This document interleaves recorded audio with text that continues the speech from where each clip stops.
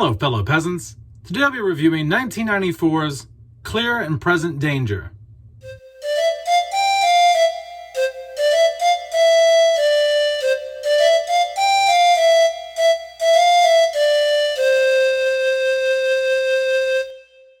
Alright guys, so last night I watched Clear and Present Danger. This came out in 1994. It stars my man Harrison Ford, Henry Czerny, and Willem Dafoe. What's it about? Well, so a rich businessman gets killed on a yacht, him, his family, and turns out that guy who gets killed on a yacht was friends, good buddies, lifelong pals with the President of the United States. So the President of the United States wants revenge on whoever did this, right? And so he sets up this illegal operation, this little mini illegal war with the Colombian cartel called Operation Reciprocity or whatever. I can't, my mouth isn't working right. Reciprocity, I think, is the name of the mission. So he's not going through Congress for this. He's just like, hey, let's go do some rogue murdering of these drug cartel guys. This isn't done officially. It's under the radar. And so Harrison Ford's role in this is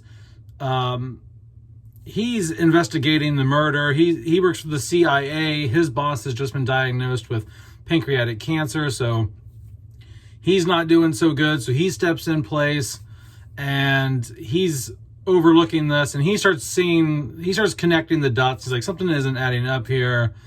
Because he goes to the president and he's like, hey, look, like, I looked into this a bit and it looks like the people behind this were the Colombian drug cartels, right? And so the president is like, all right, I guess that's who we're going to go after. And he's like, well, hold on, we don't know that for sure. We got to go down and investigate more. And the president's like, well, let's not only do I want you to go down there and let's kill these fuckers, let's take that money too. There was $650 million in illegal money, because the guy was laundering money with the Colombian drug cartel and whatever. So the president's friend was a bad boy, and he's like, oh, let's seize that money and let's take that money. And so the Colombian cartel is not happy about this, because they're like, that's my money, I made that money, you're not gonna take it. So there's this whole entire little illegal war that breaks out, all because the President of the United States wants some revenge. It's a petty little personal thing, because his friend got killed, okay? And a lot of lives and innocent soldiers get killed. A lot of lives are lost. A lot of innocent U.S. soldiers, children of the Colombian cartel get bombed. Like, a lot of innocent people die in the process of the president getting his revenge for his one buddy and his family dying. And it's not official. This is not an act through Congress. So anyway,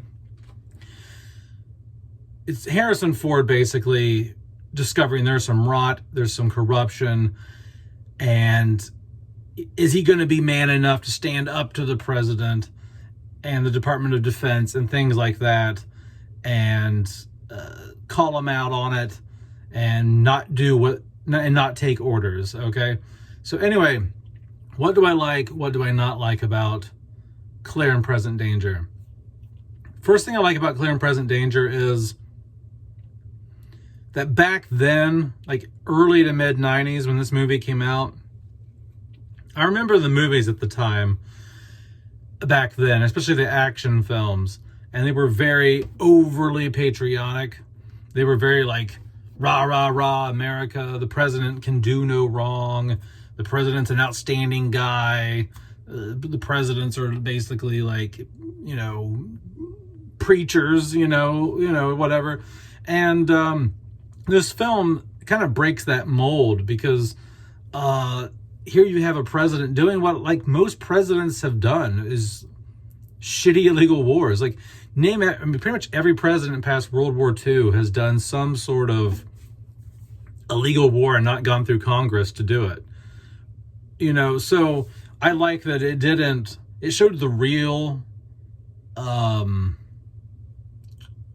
it showed the reality of the U.S. presidents and how most of them actually behave, and the politics involved, and the selfishness, and the lack of procedure when it comes to going through Congress to go to war and bomb another country. So I like that it took a realistic stance on the corruption in Washington, D.C. That's not seen a lot in films 30, 40 years ago. And so that was refreshing to see that. So there's that. In terms of how it's shot, I would say it's shot okay. It's okay. I think there's nothing special about the way that this was filmed in terms of cinematography. I think really if you didn't have the hard hitters in here like Harrison Ford, Willem Dafoe, and Henry Czerny, I think this could have passed as maybe like a made-for-TV special, the way the cinematography is. So not too impressed with how it's shot. But the performances of the lead actors definitely carry the film. This would not be as good of a film as it is if it was not for Harrison Ford and Henry Czerny and Willem Dafoe. Those three really are the pillars of this film that they're the backbone of this film, because the premise is interesting, but it's not that interesting, okay? And yeah, so I think the cinematography is just okay in here. I think the story is good, but just not that good. It's okay. I think the acting in here is very strong. Everyone gives a great performance. There's no one who gives a bad performance. So really, my positives are, I like the realistic view of the presidency. I think the cinematography is okay.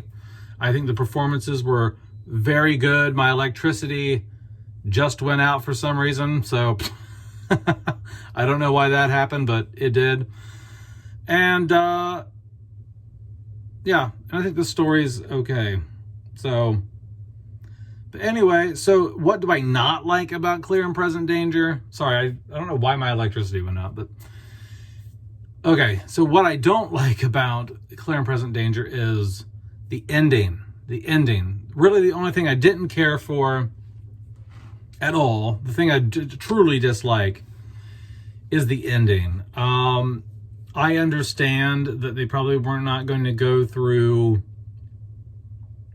they didn't have the time to go through all the maybe possible impeachment proceedings and all the hearings and things like that. So I understand the ending. It's not that satisfying, because you really want to see Henry Czerny go down. You want to see the president go down. You want to see the Department of Defense, the head of the Department of Defense or whatever, go down. You want to see them get in trouble for the actions they've taken and the lives that they've lost. But you don't. It just ends with Harrison Ford, going under oath and saying, like, I'll tell the truth, the whole truth, blah, blah, blah, blah. And then the credits roll. And you're just like, I wanted just a little bit more. Just give me like a little bit, like have them arrested. I don't know. Like it just, I guess it was realistic because that's the way it works in DC. They're going to go through years of hearings and trials and things like that before they do anything.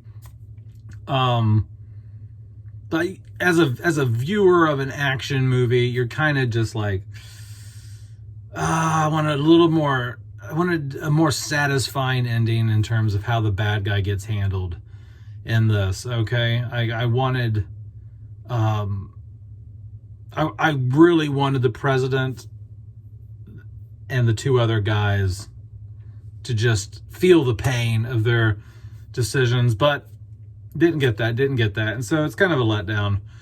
But anyway, overall, I think it was a good film. If I were to rate Clear and Present Danger on a 1 to 10, it'd probably be like a 7 out of 10. So it's like a solid C.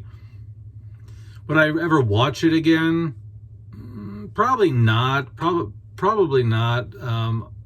I think it's definitely a film that's good and it's a one-time watch. You know, some films are like that.